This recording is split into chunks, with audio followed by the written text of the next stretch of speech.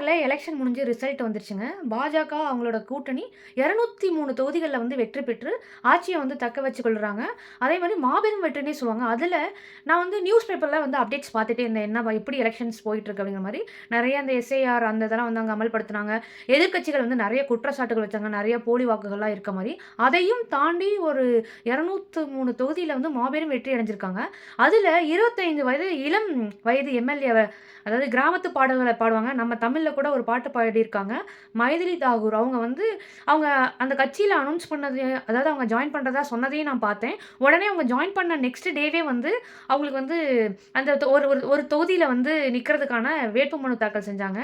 So சீட்டு குடுத்தாங்க. MLA எலக்ஷனுக்கு அவங்க நிக்கிறதுக்கு. ஸோ அவங்க வந்து 11,000 வாக்குகள் வித்தியாசத்தில வெற்றி பெற்றாங்க.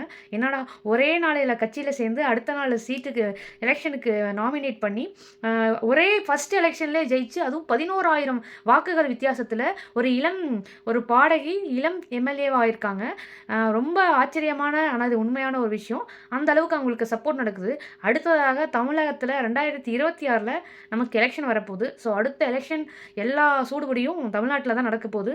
ஸோ நீங்கள் 25 வயது எம்எல்ஏ நம்ம ஊரில் நின்னா ஜெயிப்பாங்களா? அப்படி யாருக்கு நீங்கள் சப்போர்ட் பண்ணுறீங்க?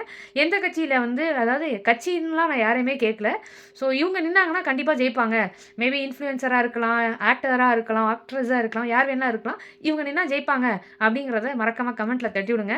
நம்ம நெறைய பேசுவோம். Tamil Nadu election on the way. So நெறைய இன்ட்ரஸ்டிங்கான விஷயங்கள்லாம் பேசுவோம். நன்றி.